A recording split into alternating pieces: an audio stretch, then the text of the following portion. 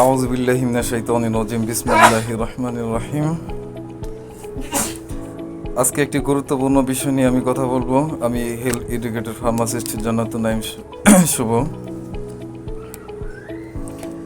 Masturbation বর্তমানে এটা খুব ভয়ঙ্করভাবে, বিশেষ করে যুবক ইয়াং বয়সের যারা ক্লাস 9-10 কিংবা ইন্টারমিডিয়েটে যারা পড়ে, এই সমস্ত ছেলেদের মধ্যে এটা আমি বেশি দেখতে পারতেছি।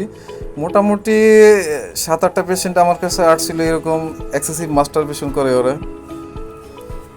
এই মাস্টারবেশনের কারণে অনেক সমস্যা হতে পারে। এর মধ্যে দুইটা মেজর সমস্যা হচ্ছে, অতিরিক্ত মাস্টারবেশনের ফলে তাদের শুক্রাণু পরিমাণ আস্তে আস্তে কমতে পারে।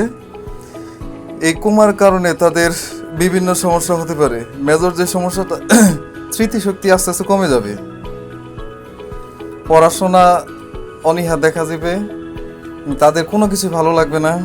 এক সময় দেখা দিবে তাদের অতিরিক্ত মাস্টারবেশনের কারণে তাদের ব্রেন ডিসঅর্ডার হতে পারে। অনেক সময় দেখা যায় তারা বিবাহের ক্ষেত্রে তারা অনীহা প্রকাশ করে।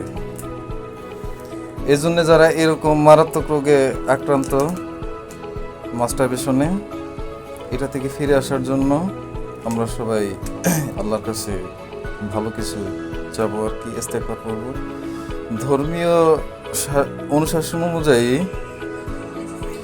একটা প্রাপ্তবয়স্ক ছেলের হাদিস শরীফে এরশাদ করেছেন, আল্লাহ হাবিব সাল্লাল্লাহু আলাইহি ওয়াসাল্লাম বলেছেন, 16 বছর বয়সে একটা ছেলের বিয়ে করা উত্তম, যদি সে কোনো রুজির ব্যবস্থা করতে পারে।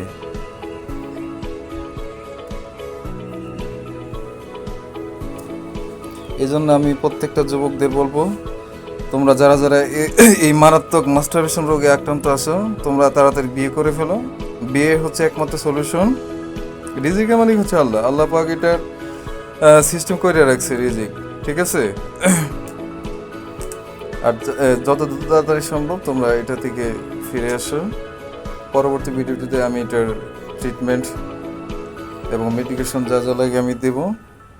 নিচে ডিসক্রিপশন নাম্বারটা দেওয়া থাকবে।